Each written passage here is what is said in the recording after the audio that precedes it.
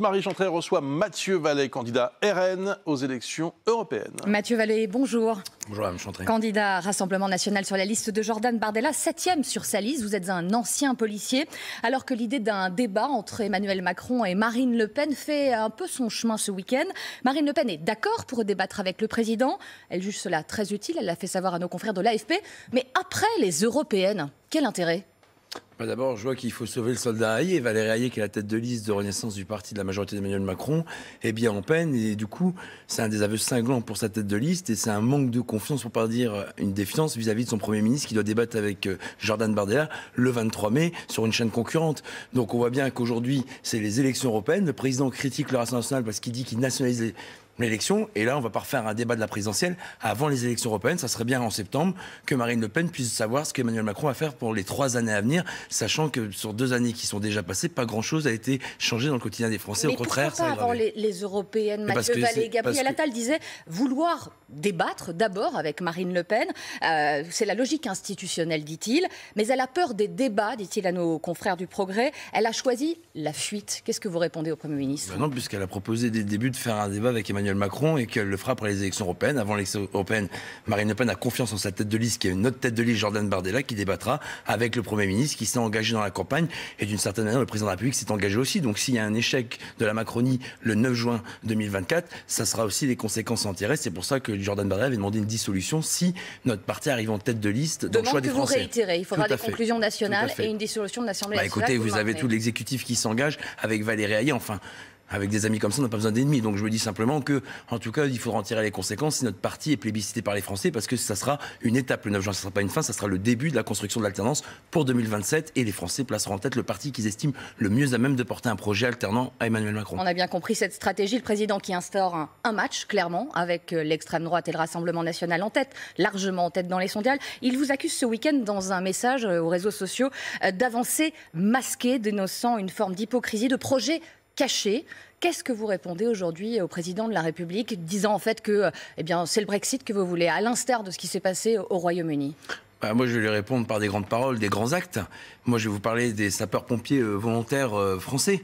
Les sapeurs-pompiers volontaires qui composent 79% de nos pompiers en France et qui font 67% des activités et des interventions à secours à personne et à incendie sont menacés par Bruxelles, et ils sont menacés de mettre la clé sous la porte. Pourquoi? Parce qu'il y a une directive du temps de travail de 2003 qui veut que leur engagement citoyen devienne un véritable travail. Ce qui fait que si demain on applique cette règle, depuis 2018, le président de la République s'est engagé à ce qu'il y ait une directive spéciale qui soit mise en place pour protéger le statut de ces volontaires, mais ça concerne tout le monde, les réservistes de la police, de la gendarmerie, la Société nationale des sauveteurs en mer, la Croix-Rouge, la protection civile. Cette directive n'est toujours pas mise en place. Elle est toujours pas mise en place. Nous, Jordan Bardella est le seul candidat à avoir été voir les sapeurs-pompiers de France depuis la campagne. J'invite les autres à le faire parce que nos pompiers sont importants, ce sont ceux qui sauvent ou qui périssent. Et donc, du coup, nous, on poussera pour une directive spéciale afin de protéger le statut de ces sapeurs-pompiers volontaires français. Et j'ajoute qu'on créera un Erasmus européen. Il faut qu'aujourd'hui, avec, Bruce Toussaint l'a dit dans la matinale, des inondations qui ont eu lieu dans l'Aisne ou dans le nord de la France, ou qui ont eu lieu dans le Pas-de-Calais, pas plus tard qu'au début d'année, ou encore les incendies qu'on a connus l'été dernier dans le sud,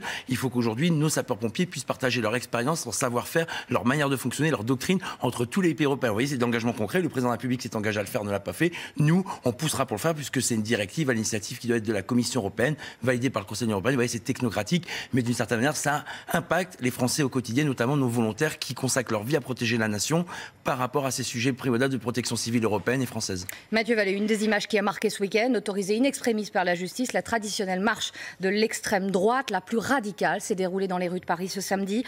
Des saluts nazis, des références néofascistes, des t-shirts sur lesquels il était inscrit « Au fusil, au couteau, nous rétablirons l'ordre nouveau ». Fallait-il autoriser cette manifestation? L'auriez-vous interdite? Est-ce que ces slogans vous mettent mal à l'aise? Le préfet de police avait interdit cette manifestation. Je suis un ancien commissaire de police qui a fait de l'ordre public et il faut bien justifier cette interdiction. Pourquoi le tribunal administratif de Paris, saisi en référé par les organisateurs, n'a pas suivi le préfet de police? Parce que dans ces cortèges, il n'y a pas de dégradation et d'agression, contrairement par exemple au cortège de l'ultra-gauche, des antifas qui sont masqués aussi. Mais des appels à la haine raciale. Mais il faut lutter en France contre l'ultra-droite comme l'ultra-gauche. D'ailleurs, les services de renseignement que sont la Direction générale de la sécurité intérieure, la sous-direction antiterroriste ou le renseignement territorial de la sécurité publique le font très bien. Mais vous l'auriez autorisé? Non, nous, on lutte contre l'ultra-droite et contre l'ultra-gauche. Les ultras, c'est toujours un poison pour la démocratie et pour la République et les messages. Vous savez, moi, je suis d'origine espagnole.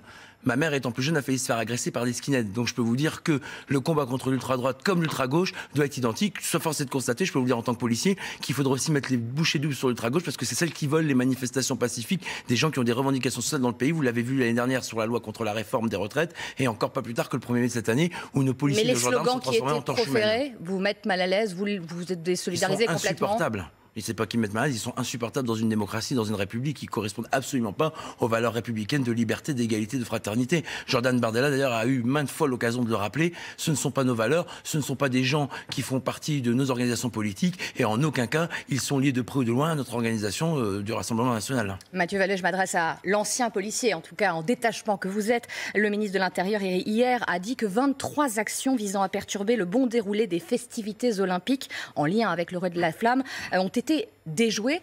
À l'ancien policier, d'abord 23, est-ce que c'est beaucoup en seulement quelques jours? L'arrivée de la flamme est arrivée, on le rappelle, mercredi à Marseille. Oui, c'est énorme. Vous avez en fait autour de la flamme portée par des athlètes, par des personnalités qui sont choisies. D'ailleurs, je rends hommage à toutes ces personnes qui s'engagent pour cette flamme et qui vont faire rayonner la France dans le monde entier. Vous avez 200. Milliers, hein. Tout à fait. Vous avez, par exemple, vous avez Yann Sayour.